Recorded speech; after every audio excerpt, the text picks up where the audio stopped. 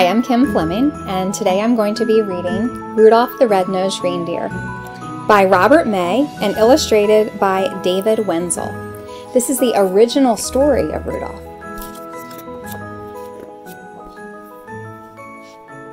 "'Twas the day before Christmas, and all through the hills the reindeer were playing, enjoying their spills, while every so often they'd stop to call names at one little deer not allowed in their games. 'Ha ha, look at Rudolph, his nose is a sight, it's red as a beet, twice as big, twice as bright.' While Rudolph just cried. What else could he do? He knew that the things they were saying were true. Where most reindeers' noses are brownish and tiny, poor Rudolph's was red, very large and quite shiny. In daylight it sparkled, the picture shows that. At nighttime it glowed like the eyes of a cat. Although he was lonesome, he always was good, obeying his parents as a good reindeer should. That's why on this day, Rudolph almost felt playful. He hoped that from Santa, soon driving his sleigh full of presents and candy and dollies and toys for good little animals, good girls and boys, he'd get just as much, and this is what pleased him, as the happier, handsomer reindeer who teased him. So as night and a fog hid the world like a hood, he went to bed hopeful. He knew he'd been good. While way, way up north, on this same foggy night, old Santa was packing his sleigh for his flight. "This fog," he called out, "will be hard to get through." He shook his round head, and his tummy shook too. "Without any stars or a moon as our compass, this extra dark night is likely to swamp us. To keep from a smash-up, we'll have to fly slow. To see where we're going, we'll have to fly low. We'll steer by the street lamps and houses tonight in order to finish before it gets light. Just think how the boys' and girls' hopes would be shaken if we didn't reach them before they awaken. Come Dasher, come Dancer, come Prancer and Vixen, come Comet, come Cupid, come Donner and Blitzen. Be quick with your suppers, get hitched in a hurry. You too will find fog, a delay, and a worry." And Santa was right, as he usually is. The fog was as thick as a soda's white fizz. Just not getting lost needed all Santa's skill, with street signs and numbers more difficult still. He still made good speed with much twisting and turning, as long as the street lamps and house lights were burning. At each house, first checking what people might live there, he'd quickly pick out the right presents to give there. "But lights will be out after midnight," he said, "for even most parents have then gone to bed." Because it might wake them, a match was denied him. Oh my, how he wished for just one star to guide him! Through dark streets and houses, old Santa did poorly. He now picked the presents more slowly, less surely. He really was worried, for what would he do if folks started waking before he was through? The night was still foggy and not at all clear when Santa arrived at the home of the deer. Onto the roof with the clouds all around it, he searched for the chimney and finally found it. The room he came down in was blacker than ink. He went for a chair, but it turned out a sink. The first reindeer bedroom was so very black he tripped on the rug and burst open his pack. So dark that he had to move close to the bed and peek very hard at the sleeping deer's head before he could choose the right kind of a toy, a doll for a girl or a train for a boy. But all this took time and filled Santa with gloom while feeling his way toward the next reindeer's room. The door he'd just opened, when, to his surprise, a soft, glowing, red-colored light met his eyes. The lamp wasn't burning. The light came instead from something that lay at the head of the bed. And there lay, but wait now, what would you suppose? The glowing, you guessed it, was Rudolph's red nose. So this room was easy.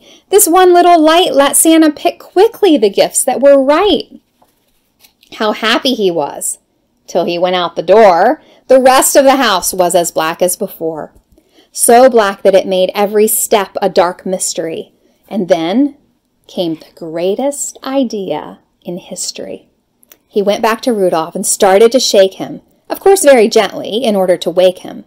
and Rudolph could hardly believe his own eyes. You can just imagine his joy and surprise at seeing who stood there a paw's length away, and told of the darkness and fog and delay, and Santa's great worry that children might waken before his complete Christmas trip had been taken.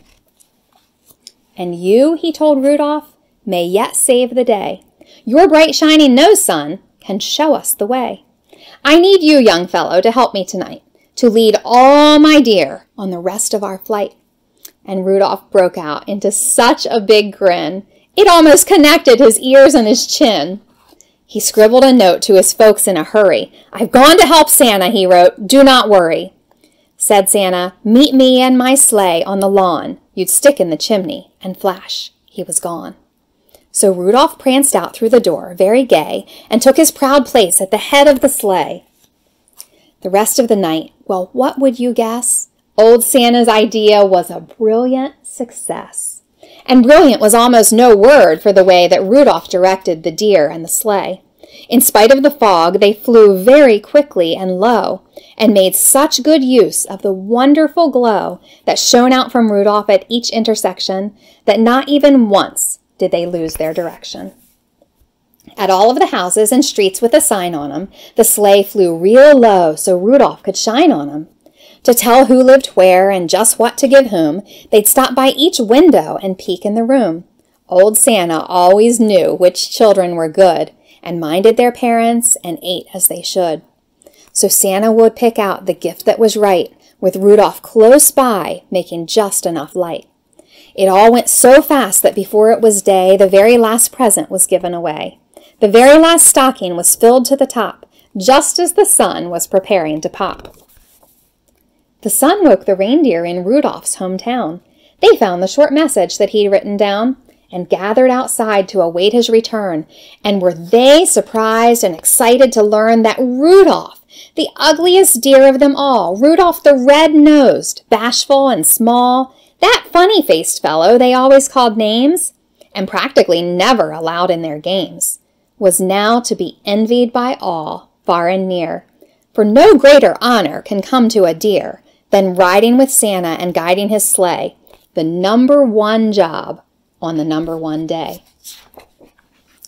The sleigh and its reindeer soon came into view, and Rudolph still led them as downward they flew. Oh my, was he proud as they came to a landing, right where his handsomer playmates were standing. The same deer who used to do anything but tease him would now have done anything only to please him.